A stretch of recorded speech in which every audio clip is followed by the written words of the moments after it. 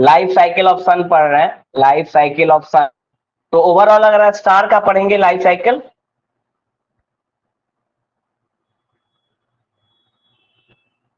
तो सन भी एक स्टार है, तो इसका भी वैसा ही लाइफ होगा। देखिए, मैंने आपको बताया था स्टार का फॉर्मेशन कैसे हुआ, है ना। पहले गैलेक्सी बना, उसमें local clump of gases develop होने लगे, local clump of gases develop होने लगे, है ना। Local clump of gases develop होने लगे, और फिर इसमें धीरे धीरे क्या हुआ, इसमें इसमें कोर डेवलप होने लगा, कोर। और जो बाकी बचा वो चारों तरफ डिस्क के रूप में घूमने लगे, है ना। और यही बाद में प्लैनेट्स बने, ऐसे निर्माण हुआ था। तो स्टार का लाइफ कहां से स्टार्ट होता है, जब वो नेबुला के फॉर्म में होता है ना। जब वो नेबुला यानी क्लाउड ऑफ गैसेस के फॉर्म होता है, वहां से उसका लाइफ स्टार्ट होता है ना। जो कोर डेवलप हुआ था वो किस फॉर्म में था, नेबुला के क्लाउड ऑफ गैसेस के फॉर्म में, जिसमें शुरुआत में हाइड्रोजन गैस ही है। शुरुआत में कौन सा गैस था, हाइड्रोजन गैस। तो सबसे पहले यहां से स्टार्ट है, तो इसको कहते हैं stellar nebula. Stellar nebula, stellar मतलब स्टार से रिलेटेड, स्टेलर मतलब स्टार से रिलेटेड। और ये नेबुला है, नेबुला नेबुला का मतलब क्लाउड ऑफ गैस। तो शुरू में जो कोर डेवलप हुआ वो क्या था, क्लाउड ऑफ गैस था, हाइड्रोजन गैस था। इसके बाद जो स्टेज आता है वो आता है प्रोटोस्टार। प्रोटोस्टार, या इस स्टेज को लिख सकते हैं, कभी कभी इसी के साथ रहता है ये स्टेज, प्रोटोस्टार। उसके बाद जो स्टेज आता है वो आता है एवरेज स्टार। एवरेज स्टार, उसके बाद रेड जायंट। वो इधर नहीं दिख रहा है ना,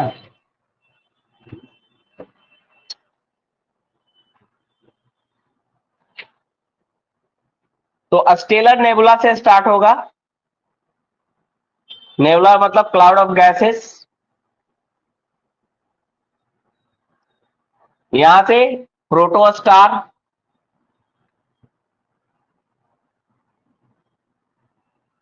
उसके बाद एवरेज स्टार,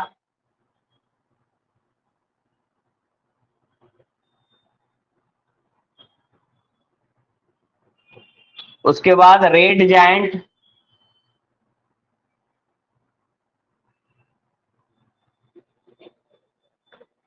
ठीक है। उसके बाद रेड जायंट, उसके बाद प्लैनेटरी नेबुला, उसके बाद फिर एक बार क्लाउड ऑफ गैसेस में कन्वर्ट हो जाएगा, फिर एक बार क्लाउड ऑफ गैसेस में कन्वर्ट हो जाएगा रेड जायंट के बाद। अभी हमारा सन यहाँ पे है, एवरेज स्टार रेड जायंट की तरफ जा रहा है। इसके बाद प्लैनेटरी नेबुला,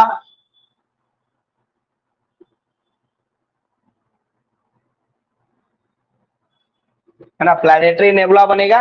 और वहां से फिर व्हाइट ड्रॉप,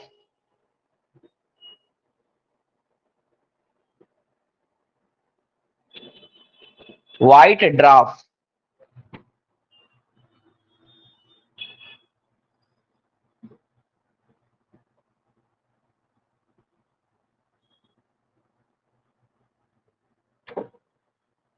ठीक है। वहां से फिर white drop, dwarf, dwarf sorry, है ना, white drop.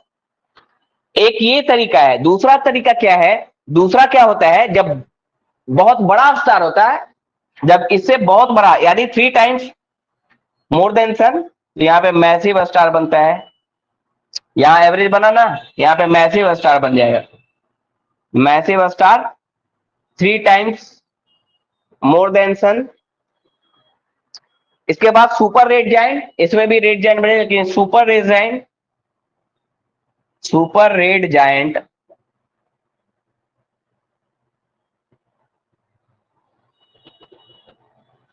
Super red giant, इसके बाद सुपरनोवा, सुपरनोवा एक्सप्लोजन होता है, सुपरनोवा।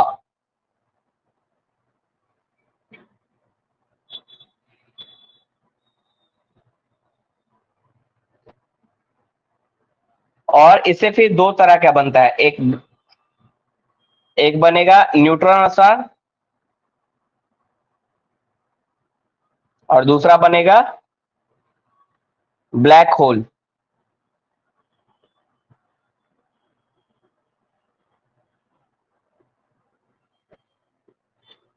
ये है लाइफ साइकिल।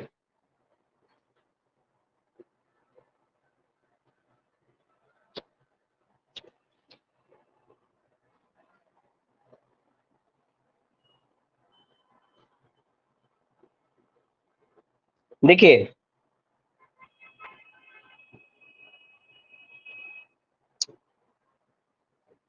इसको समझ गए?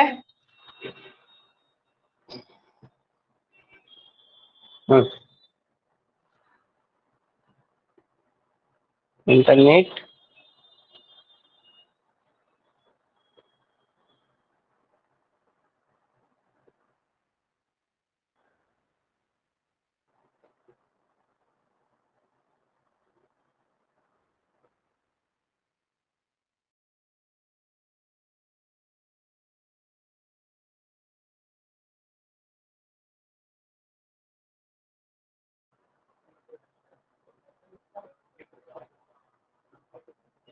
ठीक है। देखिए होता क्या है, जब नेबुला रहता है वहां से धीरे धीरे ये ठंडा होने लगता है और इसके कोर में इसका जो हाइड्रोजन है धीरे धीरे ये ठंडा होना स्टार्ट होगा। उसके बाद प्रोटोस्टार बनेगा। प्रोटोस्टार का मतलब होता है नकली स्टार। यहां तक प्रोटोस्टार में no fusion reaction, fusion reaction अभी स्टार्ट नहीं हुआ है, sorry fusion, fusion reaction start नहीं हुआ है, इसलिए इसे प्रोटोस्टार कहते हैं, है ना। फ्यूजन रिएक्शन अभी स्टार्ट नहीं हुआ है तो उसे क्या बोलेंगे?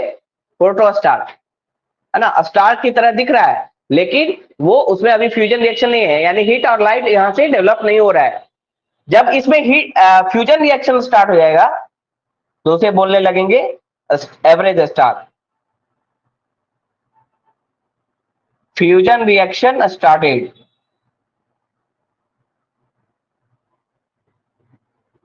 यानी हाइड्रोजन, दो हाइड्रोजन मिलकर हीलियम बनाने लगेंगे, यानी अब इसके कोरोना में, अब इसके एटमॉस्फेयर में हीलियम भी हमें मिलेगा, है ना। अब हीलियम भी हमें प्राप्त होगा। धीरे धीरे क्या होता है? सर बोलिए। सर आप बोले कि नो फ्यूजन रिएक्शन प्रोटोस्टार में, तो वहाँ पे मतलब हाइड्रोजन का डेवलप होने लगा वहाँ पे। हाइड्रोजन तो पहले से ही था। हाँ हाइड्रोजन तो इसी में था। हीलियम नहीं हो रहा है ना, हाइड्रोजन फ्यूज होगा तभी तो हीलियम बनेगा। यहाँ पे फ्यूजन रिएक्शन अभी तक नहीं हुआ है, सिर्फ हाइड्रोजन का एक गोला है, हॉट गोला है ना। इसके बाद जब स्टार, इसको एवरेज स्टार कब बोलेंगे या स्टार कब बोलेंगे? जब यहाँ पे फ्यूजन रिएक्शन स्टार्ट हो जाएगा। फ्यूजन रिएक्शन स्टार्ट हो जाएगा तो हाइड्रोजन फ्यूज होकर हीलियम बनाने लगे। अब इसके एटमॉस्फेयर में हमें हीलियम भी मिलेगा। इसके बाद क्या होगा? हाइड्रोजन खत्म हो जाएगा, क्योंकि फ्यूल का सोर्स क्या है? सन में या स्टार में फ्यूल का सोर्स क्या है? हाइड्रोजन, वही है फ्यूल ना, हाइड्रोजन है फ्यूल जो कि फ्यूज करके क्या बना रहा है? हीलियम, और उसी के दौरान एनर्जी रिलीज हो रहा है ना। जब हाइड्रोजन खत्म हो जाएगा तो फ्यूल खत्म हो गया, तो रेड जाइंट में क्या होगा? हाइड्रोजन खत्म हो जाएगा। यहां पे क्या होगा? Hydrogen exhausted, hydrogen exhausted, hydrogen खत्म हो जाएगा। तो ये रेड क्यों दिखता है? रेड क्यों दिखता है? क्योंकि कोर में हाइड्रोजन खत्म हो गया है, कोर में हाइड्रोजन खत्म हो गया है ना। लेकिन चारों तरफ, है ना, सरफेस पे कुछ कुछ हाइड्रोजन है जहां पे थोड़ा बहुत रिएक्शन हो रहा है। कोर में जो फ्यूल था, जो मेन न्यूक्लियर फ्यूजन रिएक्शन कहां पे होता है? कोर में। कोर में पूरा हाइड्रोजन खत्म हो चुका है, एग्जॉस्ट हो चुका है, लेकिन साइड मतलब साइड में सरफेस पे कुछ कुछ हाइड्रोजन है जो अभी भी फ्यूज कर रहा है, लेकिन उतनी एनर्जी नहीं निकाल पा रहा है ना, जो इसके कारण वो रेड दिखता है, लेकिन वो इतना हीट और लाइट नहीं निकाल रहा है कि जैसे सूर्य जैसे पीला दिखता है वैसा दिखे व्हाइट लाइट। और ये जायंट क्यों है? क्योंकि ये बहुत ही बड़ा हो जाता है। जब हाइड्रोजन एग्जॉस्ट हो जाएगा, हीलियम वो हो जाएगा, तो ये क्या होगा, चारों तरफ का जो ग्रेविटेशनल फोर्स है वो उसको बाहर की तरफ खींचने लगेगा, बाहर की तरफ खींचने लगा। क्यों? देखिए, पहले क्या था, पहले बताए थे ना, कोर था। कोर के अपने मास के कारण, ग्रेविटेशन फोर्स के कारण ये चारों तरफ का मैटर अपने तरफ खींचता है, कोर छोटा होता जाता है। लेकिन कोर में मैटर ही खत्म हो गया, कोर में जो हाइड्रोजन था वो खत्म हो गया। अब सेंटर में मैटर है ही नहीं। सेंटर में अगर मैटर रहता तो वो अपनी तरफ खींचता, तो छोटा बना के रखता उसको, लेकिन अब सेंटर में ग्रेविटेशन फोर्स है ही नहीं।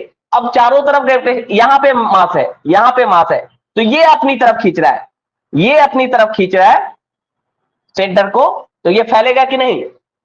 सिकुड़ता कब है? जब सेंटर खींचे चारों तरफ से, है ना, तो सेंटर में तो मास बचा ही नहीं है। समझ में आ रहा है? ये सेंटर में तो मास बचा नहीं है जो उसको अपने ग्रेविटेशनल फोर्स से सेंटर की तरफ चीजों को खींचे। अब मास कहां बचा है? चारों तरफ, सरफेस पे।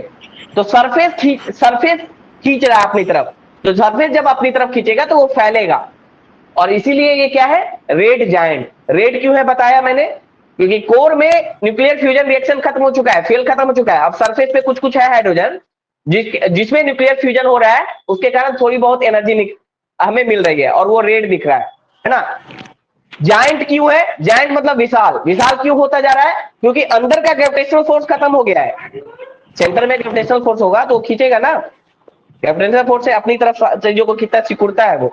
लेकिन सेंटर में चूंकि खत्म हो चुका है, और बाहर का ग्रेविटेशनल फोर्स काम कर रहा है ना।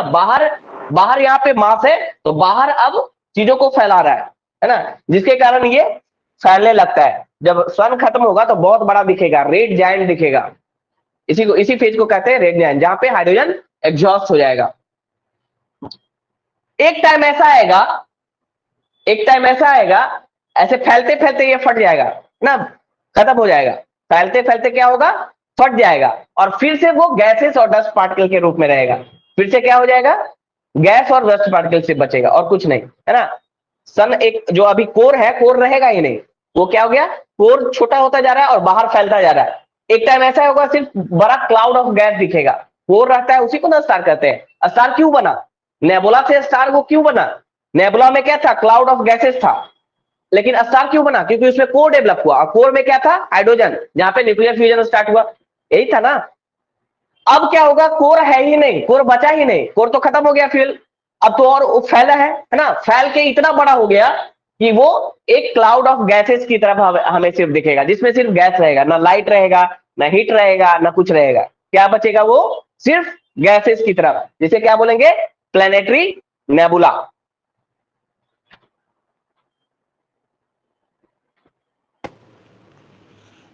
तो इसमें लिखिए, हाँ बोलिए। सर समझ में आया, बस एक बार और रिपीट कीजिए ये रेड जायंट। रेड जायंट, जी सर। देखिए रेड जायंट क्यों है? जब हाइड्रोजन एग्जॉस्ट हो जाएगा, कोई भी स्टार क्यों था, स्टार क्यों रहता है? इसका जो सेंटर रहता है, सेंटर पे अंदर ये न्यूक्लियर फ्यूजन रिएक्शन हो रहा है, क्योंकि वहां पे हाइड्रोजन है ना, जो अभी हम पढ़े थे, न्यूक्लियर फ्यूजन रिएक्शन हो रहा है। लेकिन जब हाइड्रोजन एग्जॉस्ट हो जाएगा तो यहाँ न्यूक्लियर फ्यूजन अब नहीं रहेगा, यहाँ कोई मास नहीं है, हाइड्रोजन खत्म हो चुका है। बस सरफेस पे थोड़ा थोड़ा हाइड्रोजन बचा हुआ है, और बाकी हीलियम बचा हुआ है। हीलियम तो पूरा है, क्योंकि हीलियम कन्वर्ट होकर सरफेस पे ही है। हाइड्रोजन अब सिर्फ सरफेस से थोड़ा सा बचा हुआ है। अब यहाँ पे थोड़ा सा फ्यूज करके ये हीलियम बना रहा है, यहाँ थोड़ा बहुत एनर्जी ले रहा है, तो बाहर से ये लाल दिख रहा है ना। सेंटर में कुछ नहीं दिखेगा, बाहर से ये लाल दिखेगा कि थोड़ी बहुत फ्यूजन रिएक्शन चल रही है। जो सरफेस पे जो हाइड्रोजन है वो फ्यूज करके थोड़ा बहुत एनर्जी रिलीज कर रहा है ना। इसके कारण इसे रेड बोलेंगे। और जायंट क्यों बोलेंगे? अंदर में कोई मास है ही नहीं। अब मैंने बताया था पहले भी ना कि अंदर में अगर सेंटर में मास होता है तो ये चारों तरफ से मैटर को अपनी तरफ खींचता है। चारों तरफ से मैटर को अपनी तरफ ग्रेविटेशनल फोर्स के कारण खींचता है, तो ये और छोटा होता जाता है। लेकिन अंदर का ग्रेविटेशनल फोर्स खत्म हो गया, इधर वाला ग्रेविटेशनल फोर्स खत्म हो गया ना। लेकिन बाहर वाला अभी भी है, बाहर वाला जो ग्रेविटेशनल फोर्स है इधर की ओर, क्योंकि ये खींच रहा है, यहां जो मास है सरफेस पे ये अब खींच रहा है। समझ में आ रहा है? अब कौन खींच रहा है? जो सरफेस पे जो मास है वो खींच रहा है अपनी तरफ, तो ये फैलाएगा ना। फोर्स का डायरेक्शन देखिए किधर है, पहले सेंटर में मास था तो सेंटर अपनी तरफ खींच रहा है तो सिकुड़ रहा था, अब सरफेस पे मास है तो सरफेस का मास अपनी तरफ खींच रहा है, अपनी तरफ खींच रहा है, तो फोर्स देख रहा है कैसे है, वो फैलेगा ऐसे और फैल के इतना बड़ा हो जाएगा कि इसे बहुत बड़ा जायंट हो जाएगा, रेड कलर का रहेगा और जायंट। अभी भी थोड़ा बहुत न्यूक्लियर फ्यूजन चल रहा है जो सरफेस पे हाइड्रोजन है उसके कारण। उसके बाद धीरे धीरे क्या होगा, ये सरफेस पर जो हाइड्रोजन है वो भी खत्म हो जाएगा और ये पूरी तरह से इससे क्या होगा, अब गैस जो अंदर जो गैस और डस्ट पार्टिकल है वो सिर्फ रिलीज होगा और एक क्लाउड के रूप में ये बना रहेगा, बड़ा सा क्लाउड जिसे नेबुला बोलेंगे। नेबुला का मतलब ये है क्लाउड ऑफ गैसेस, ये गैस के क्लाउड के रूप में बना रहेगा, सिर्फ हॉट गैसेस से, ना उसमें हीट रहेगा ना लाइट रहेगा, कुछ नहीं रहेगा। जिसे क्या बोलेंगे, फिर से नेबुला वाला स्टेज में पहुंच गया, इसे बोलेंगे प्लैनेटरी नेबुला। तो प्लैनेटरी नेबुला कैसे बना?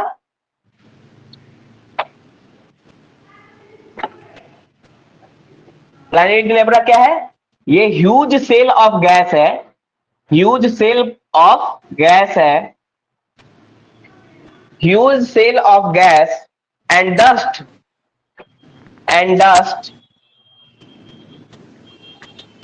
ejected during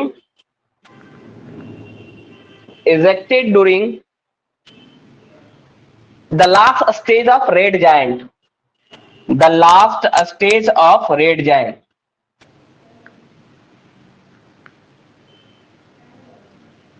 कैसे हुआ देखिए, लास्ट स्टेज में जाते जाते रेड जायंट इतना फूल गया कि फट गया, वो है ना, फट गया तो क्या निकला, लास्ट स्टेज रेड जायंट के लास्ट स्टेज में वो फट गया, इतना बड़ा होता चला गया, इतना विशाल। सन के साथ भी ऐसा ही होगा, विशाल होता चला गया, फट जाएगा, फटेगा तो उसे क्या निकलेगा, gas.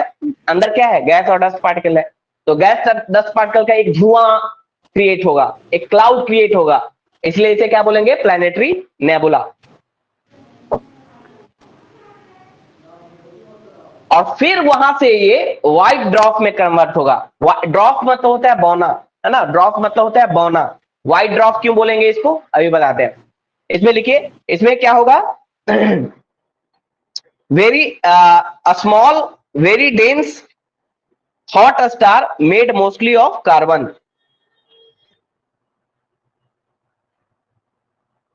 very dense hot star mainly made up of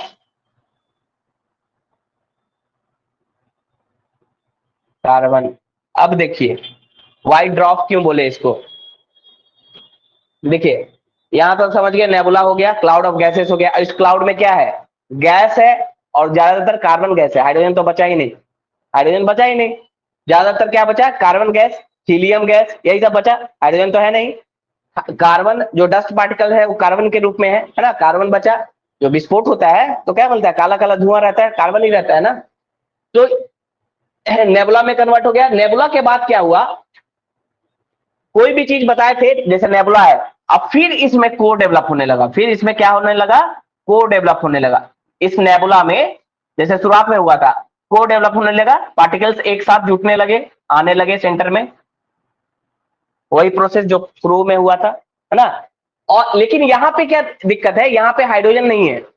अब जो ये कोर बना, जो white drop, very dense, core dense होता है, डेंस बना, लेकिन यहाँ पे क्या है, हॉट स्टार है, mainly made up of carbon, लेकिन इसमें क्या है, इसमें हाइड्रोजन है ही नहीं, तो इसमें न्यूक्लियर फ्यूजन हो ही नहीं रहा है, इसलिए व्हाइट है। इसमें कोई, इसका कोई कलर नहीं होगा क्योंकि कोई न्यूक्लियर फ्यूजन रिएक्शन नहीं हो रहा है, तो व्हाइट दिखेगा बस, एक क्लाउड, एक कोर के रूप में, छोटा स्टार के रूप में दिखेगा। लास्ट स्टेज यही होगा, समझ रहे। अगर यहाँ हाइड्रोजन बचा रहता ना तो फिर से ये स्टार बन जाता, फिर से कोर बना के फिर से स्टार बना लेता, लेकिन अब हाइड्रोजन बचा ही नहीं है, हाइड्रोजन सब एग्जॉस्ट हो चुका है, सब हीलियम में कन्वर्ट हो चुका है। हीलियम बचा है या फिर कार्बन कार्बन बचा हुआ है, यही दो गैस बचे हुए हैं और डस्ट पार्टिकल बचा हुआ है। तो उससे जब कोर बनेगा तो वो तो स्टार नहीं बोलेंगे ना उसको, वो तो वहां तो न्यूक्लियर फ्यूजन नहीं होगा, इसलिए वो क्या रहेगा, व्हाइट रहेगा और ड्रॉप बोना टाइप का एक स्टार हमें दिखेगा व्हाइट कलर का। लास्ट स्टेज यही रहेगा, स्टार का लास्ट स्टेज वही होता है। समझ में आ रहा है? यस सर, समझ में। अब देखिए दूसरा क्या होगा, दूसरे तरीका क्या हो सकता है, ये तो नॉर्मल स्टार के लिए, एवरेज स्टार के लिए जिसका साइज सन के साइज के लगभग बराबर है। कुछ ऐसे स्टार हैं हमारे यूनिवर्स में, गैलेक्सीज में, जो बहुत बड़े हैं, सन से 3 टाइम्स ग्रेटर देन सन, सन से ग्रेटर देन सन, सन से भी 3 गुना बड़े हैं, ऐसे भी बहुत सारे स्टार है। जब स्टेलर नेबुला था उसे क्या हुआ, एक एवरेज टाइप का स्टार बना, है ना, छोटे साइज का सन के जैसा। एक क्या हुआ, बड़े साइज का स्टार बना, यानी उसमें जो कोर डेवलप हुआ, जैसे नेबुला जब बना होगा, है ना, गैलेक्सी में जब नेबुला था, गैलेक्सी मतलब नेबुला, नेबुला मतलब गैलेक्सी, उसमें जो कोर बन रहा होगा, कोई बड़ा कोर बन गया, कोई छोटा कोर बना, कोई सन के जैसा कोर बना, कोई बहुत बड़ा कोर बन गया। तो जो बहुत बड़ा कोर बना, कोर डेवलप हुआ, उसको कर लेंगे मैसिव स्टार। ये सन के भी साइज से 3 गुना ज्यादा था। इसमें क्या होता है, इसमें थोड़ा सा अलग प्रोसेस होता है। इसमें रेड जाइंट, इसमें सुपर रेड जाइंट बनेगा। इसमें भी सेम स्टेज है, रेड जाइंट है, इसमें भी सुपर रेड जाइंट, सुपर मतलब बहुत बड़ा, मतलब इसकी अपेक्षा बहुत बड़ा बनेगा, इसलिए इसे क्या बोलेंगे, सुपर रेड जाइंट। यहां तक तो सेम हुआ दोनों में, लेकिन अगला क्या हुआ, इसमें भी एक्सप्लोजन हुआ था, बताए थे ना, लास्ट स्टेज में रेड जाइंट में एक्सप्लोजन हुआ और उससे डस्ट और गैसेस निकला, और उस गैसेस को मिला के क्या बोले, प्लानेटरी नेबुला। यहाँ पे लिखे हैं ना, planetary nebula huge cell of gas and dust ejected during the last stage of red giant, लिखे है ना। ये लास्ट स्टेज में क्या हुआ, फट गया, वो फटा, एक्सप्लोजन हुआ और उससे ये सारे निकला जिसे प्लानेटरी नेबुला बना, है ना। यहां भी एक्सप्लोजन हुआ, लेकिन इस एक्सप्लोजन को सुपरनोवा एक्सप्लोजन कहते हैं, क्योंकि बहुत बड़ा एक्सप्लोजन होता है, सुपरनोवा एक्सप्लोजन। कभी देखिएगा नेट पे जाके, बहुत भयानक एक्सप्लोजन होता है, क्योंकि ये बहुत बड़ा रेड जायंट था, पहले से ये बहुत बड़ा था, इसमें जब एक्सप्लोजन होगा तो उसको क्या बोलेंगे, सुपरनोवा। और इस सुपरनोवा एक्सप्लोजन में क्या होता है है ना, ये सुपरनोवा एक्सप्लोजन के बाद दो तरह की चीजें बन सकती है, एक न्यूट्रॉन स्टार बन सकता है, दूसरा ब्लैक होल बन सकता है। दोनों कब कब बनेगा ये समझाते हैं। यहां तक तो समझ गए, सुपरनोवा में क्या होगा, ए सुपरनोवा एक्सप्लोजन होगा और इसके बाद क्लाउड ऑफ गैसेस में कन्वर्ट हो जाएगा। लेकिन इसके बाद क्या होगा, दो तरीके की चीजें बन सकती है, न्यूट्रॉन स्टार या फिर ब्लैक होल। ये कब बनेगा, देखिए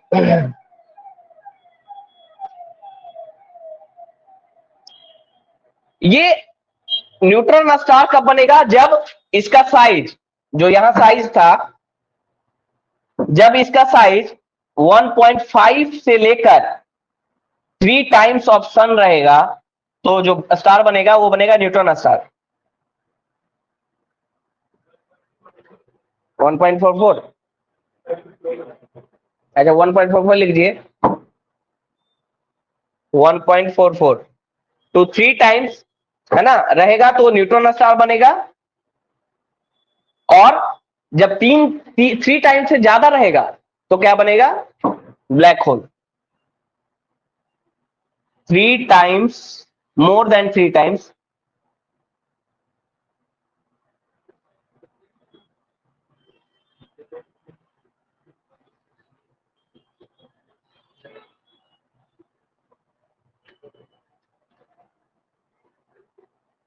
क्यों ऐसा होता है, क्यों ऐसा होता है, ब्लैक होल, ब्लैक होल 1.44 क्या था? 1.44 से लेकर 3 टाइम्स, देखिए सन जो स्टार है, अगर उस स्टार का साइज सन के साइज से 1.44 से लेकर 3 टाइम्स अगर ग्रेटर रहेगा, इसके बीच में कोई भी नंबर हो, तो वो न्यूट्रॉन स्टार बनेगा। लेकिन अगर जो स्टार है उसका साइज सन के स्टार से सन के साइज से 3 टाइम्स से भी ज्यादा बड़ा है, तब वो बनेगा ब्लैक होल।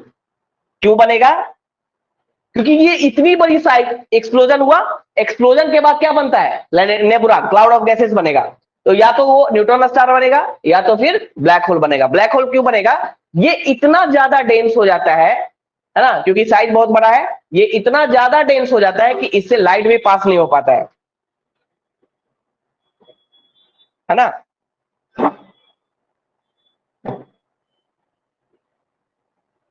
ये इतना मैसिव हो जाता है, इतना डेंस हो जाता है कि इससे लाइट भी पास नहीं होता है, इसीलिए इसे ब्लैक होल। ब्लैक होल मतलब ऐसा लगेगा काला कोई वो है, क्योंकि लाइट रिफ्लेक्ट ही नहीं हो रहा है। लाइट एक बार इंटर किया, वो इतना इसका ग्रेविटेशनल फोर्स ज्यादा हो जाएगा कि लाइट को भी अपने एब्जॉर्ब कर लेगा ना, लाइट को रिफ्लेक्ट नहीं होने देगा। जैसे लाइट जा रहा है इसके थ्रू, तो ये क्या कर लेगा, एब्जॉर्ब कर लेगा, इसको रिफ्लेक्ट नहीं होने देगा, इसीलिए हमें ब्लैक होल की तरह दिखता है। समझ में आ रहा है ब्लैक होल क्या है। ब्लैक होल की ग्रेविटी इतनी ज्यादा है कि इवन लाइट को भी वो कैप्चर कर लेता है, उसको निकलने नहीं देता है ना, रिफ्लेक्ट नहीं होने देता है, इतनी ज्यादा ब्लैक होल की ग्रेविटी है। और बोला जाता है कि ब्लैक होल जब क्रिएट होगा या बनेगा तो बहुत सारे प्लैनेट, मतलब बहुत सारी चीजों को वो अपने अंदर कर लेगा, है ना, मतलब संभाल लेगा अपने अंदर, इतनी उसकी ग्रेविटी होगी। तो देखिए ब्लैक होल पे अभी रिसर्च चल रहा है, क्या चीजें हैं क्या नहीं है।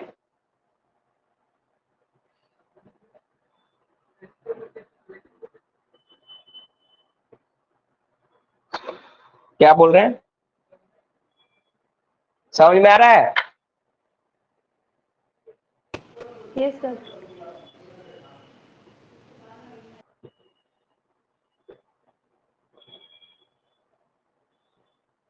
ओके, तो ये स्टार का लाइफ है। इसके बाद हम देखेंगे यहाँ पे प्लैनेट्स। प्लैनेट्स में हमने पढ़ा इनर प्लैनेट, आउटर प्लैनेट। अब पढ़ेंगे एक एक प्लैनेट को, थोड़ा बहुत पढ़ लेते हैं क्या उसका स्पेशलाइजेशन है। तो सबसे पहले मरकरी, बहुत है ना, पूछ सकता है आपसे प्रीलिम्स में इंफॉर्मेशन।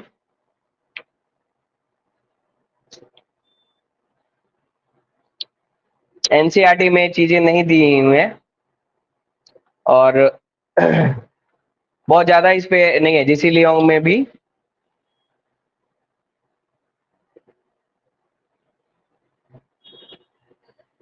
देखते हैं क्या क्या है इसमें इंफॉर्मेशन। देखिए सबसे पहले मरकरी के बारे में पढ़ते हैं।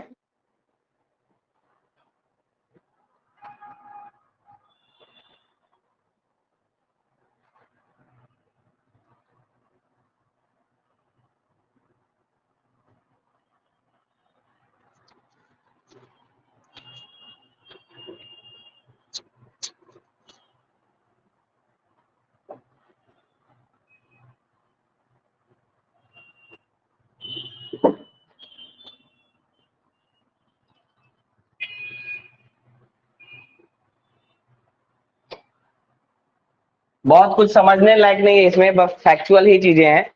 मरकरी नियरेस्ट प्लैनेट है, nearest planet to the sun, to the sun, है ना, nearest planet to the sun. लेकिन ये सबसे ज्यादा हॉटेस्ट नहीं है, ठीक है। It has no moon, it has no moon, इसके पास अपना कोई नेचुरल सैटेलाइट नहीं है, नेचुरल सैटेलाइट को मून बोलते हैं, है ना।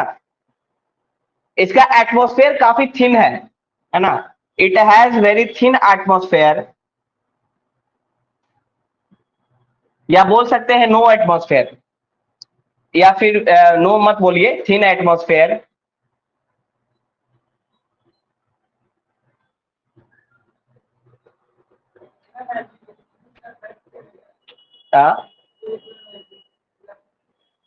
फिर भी गर्म,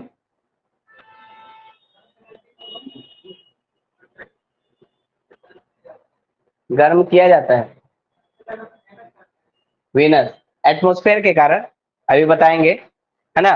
एटमॉस्फेयर है वीनस पे, वीनस का एटमॉस्फेयर मोटा है, वो भी CO2 का एटमॉस्फेयर है वहां पे, तो उसमें उसके कारण ग्रीन हाउस इफेक्ट वहां पे ज्यादा है ना, उसके कारण वीनस ज्यादा गर्म है। तो it has a thin atmosphere. In 2012 scientists found extensive evidence of organics. In 2012 scientists found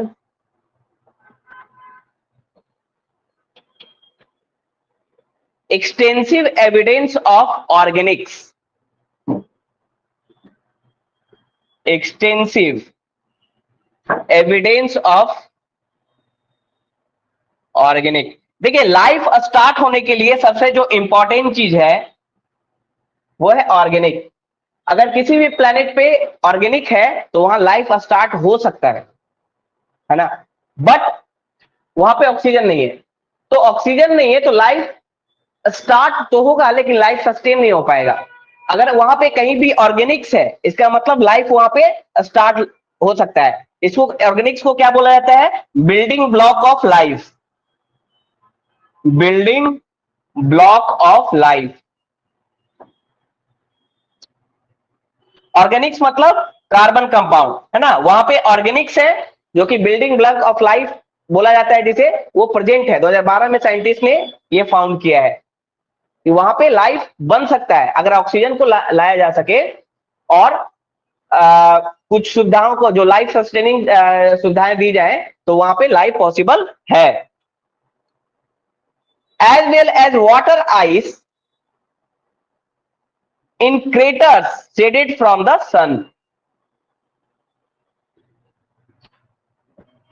है ना, as well as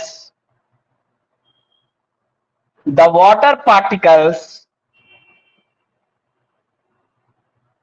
यानी दोनों की खोज की है, ऑर्गेनिक की भी खोज की है, वाटर पार्टिकल्स भी है जो कि आइस क्रिस्टल के फॉर्म में, in the form of ice crystal.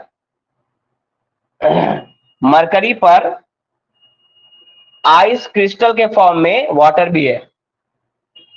Atmosphere नहीं है, थिन एटमॉस्फेयर है।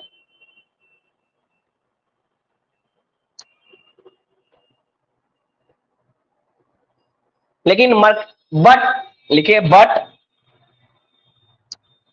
Thin atmosphere of mercury, thin atmosphere of mercury and its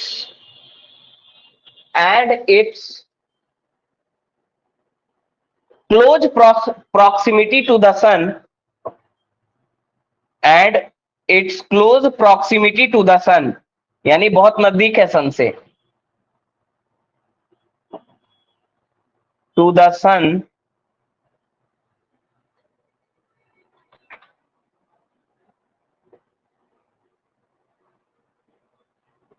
make it impossible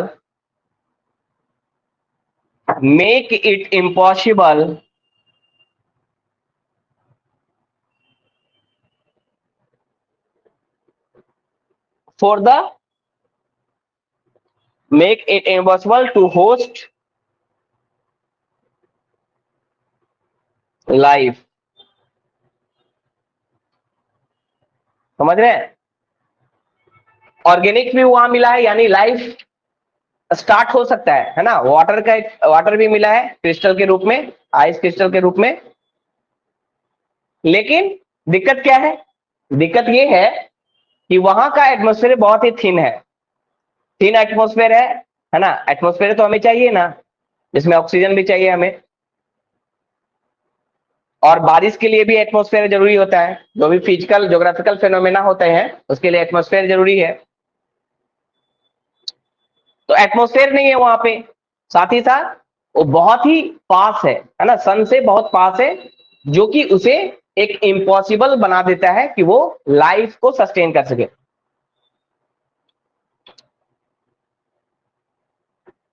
कितना दूर है?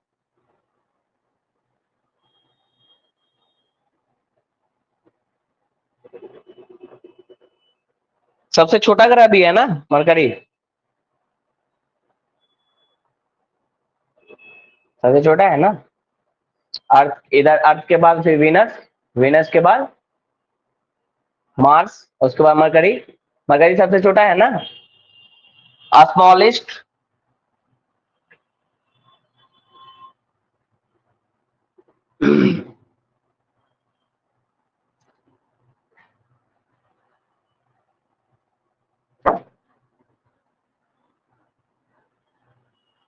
जो वीनस पढ़ाएंगे लिखवाएंगे उसमें लिखवाएंगे क्यों वीनस सबसे ज्यादा गर्म है, हॉटेस्ट। अरे यार,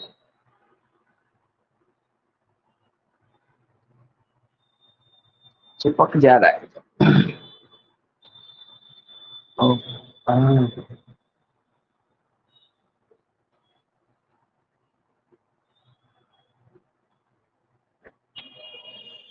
ठीक है, नेक्स्ट लिखिए mercury, it is the smallest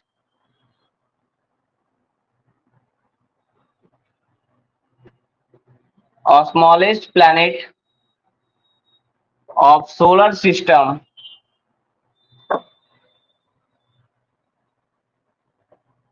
और एटमॉस्फेयर क्यों नहीं है मरकरी पे?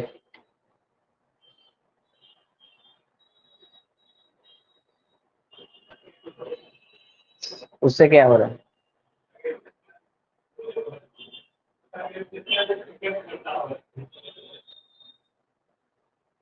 वो भी कारण है, लेकिन ज्यादा बड़ा कारण है, एक तो छोटा है, मरकरी सबसे छोटा है, तो ग्रेविटेशनल फोर्स इतना है नहीं मरकरी का कि एटमॉस्फेयर को रख सके, है ना, सस्टेन कर सके। ठीक है, एक वो कारण है। दूसरा कारण है कि सन से नजदीक है तो सोलर विंड्स होते हैं ना, वो उड़ा के ले जाते हैं। सोलर विंड्स हमेशा वहां जो एटमॉस्फेयर है उसको हटा देते हैं, है ना। ये दो कारण है, इतना वो नहीं करना है। तो it is the smallest planet of solar system.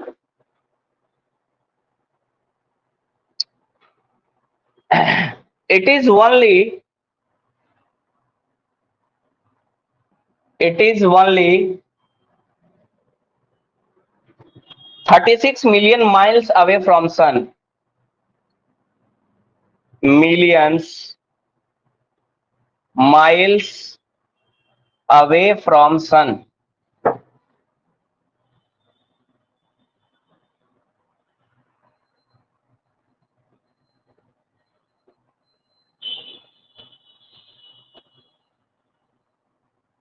अब ये बताइए, देखिए सन है, ये मरकरी है, इसके बाद वीनस, उसके बाद अर्थ, मार्स, ऐसे करके है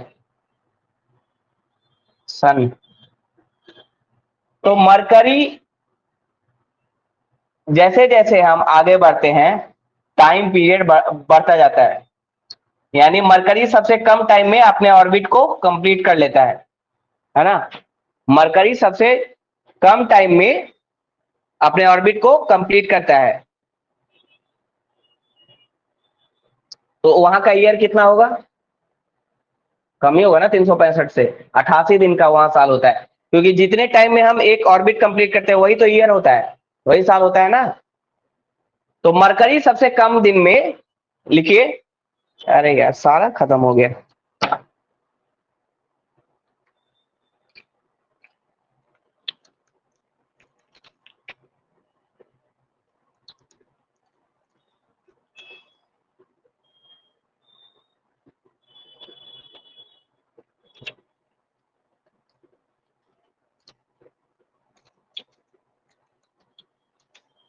ठीक है, शॉर्टेज फ्रॉम द सम 10, यहीं के बाद लिखिए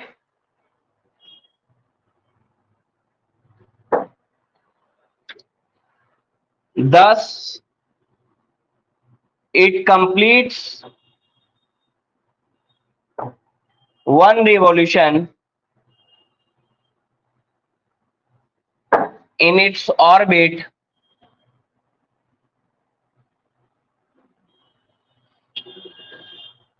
in a very short duration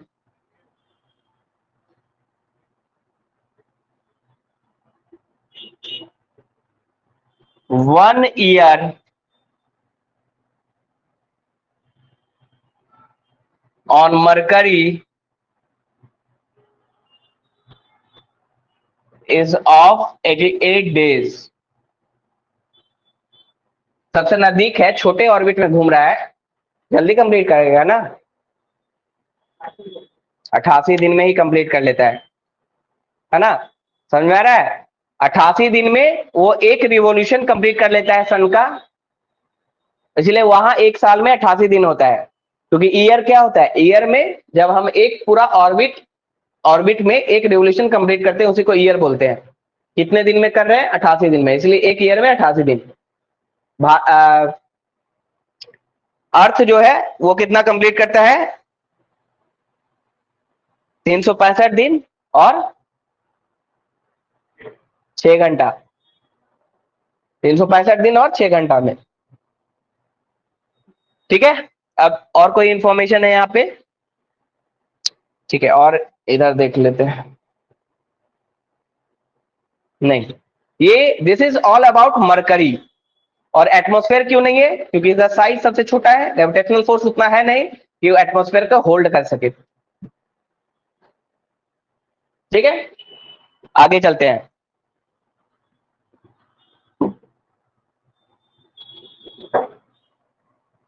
next है Venus.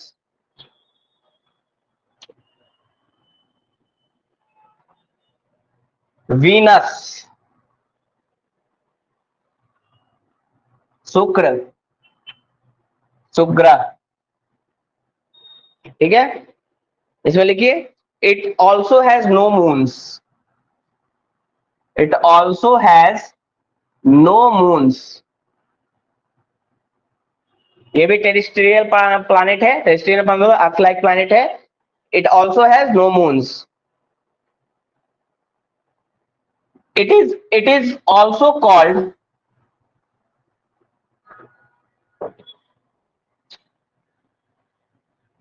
twin planet of earth। Twin planet क्यों बोलते हैं,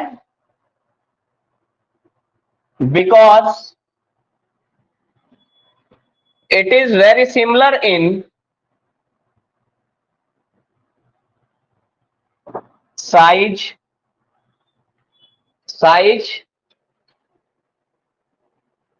mass and density, size, mass and density।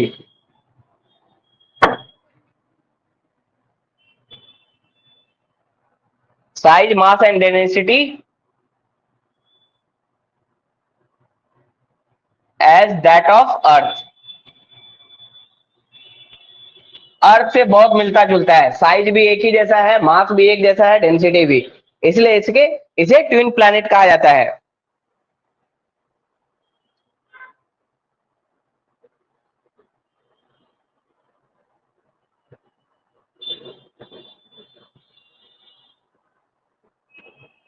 CO2 dominated है या CO डोमिनेटेड?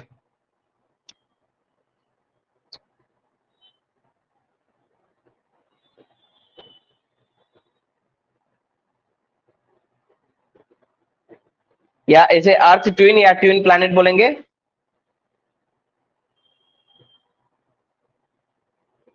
ठीक है, अब यहाँ पे इसका जो, इसके पास जो एटमॉस्फेयर है वो काफी थिक है, थिक,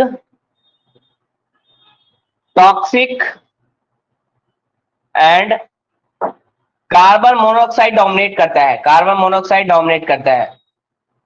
ये CO2 डोमिनेटेड है। एक मिनट देख लेते हैं। हाँ, नहीं, टॉक्सिक तो CO से ही होगा, CO डोमिनेटेड है। वीनस का जो एटमॉस्फेयर है ना, एक बार चेक कर लेते हैं, लिखे हम CO तो कोई बात जरूर है।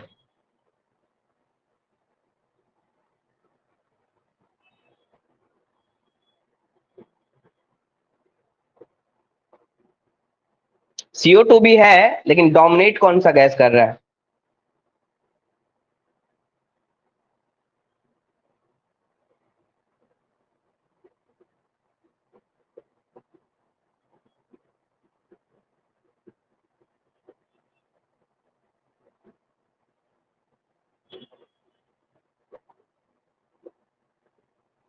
द प्रिंसिपल CO2 है, टॉक्सिक क्यों है फिर? कार्बन डाइऑक्साइड ही है 96%। CO2 होगा, गलती से लिखा गया होगा, लेकिन टॉक्सिक क्यों है पता नहीं। Thick toxic and CO2 dominated, 96% CO2 है। Thick toxic and CO2 dominated atmosphere is present on Venus, और इसी के कारण ड्यू टू दिस, ठीक है, इन Venus which trap heat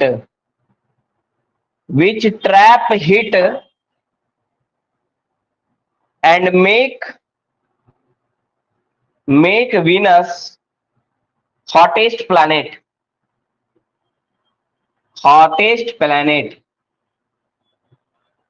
ठीक है, समझ में आ रहा है।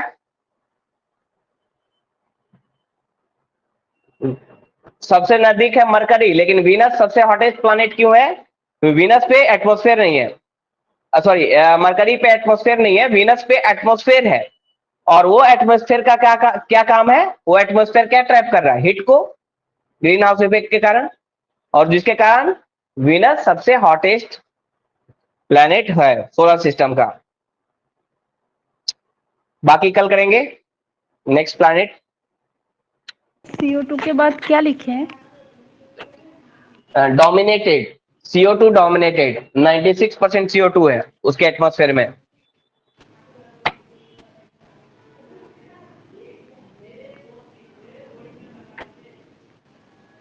Okay sir. ठीक है।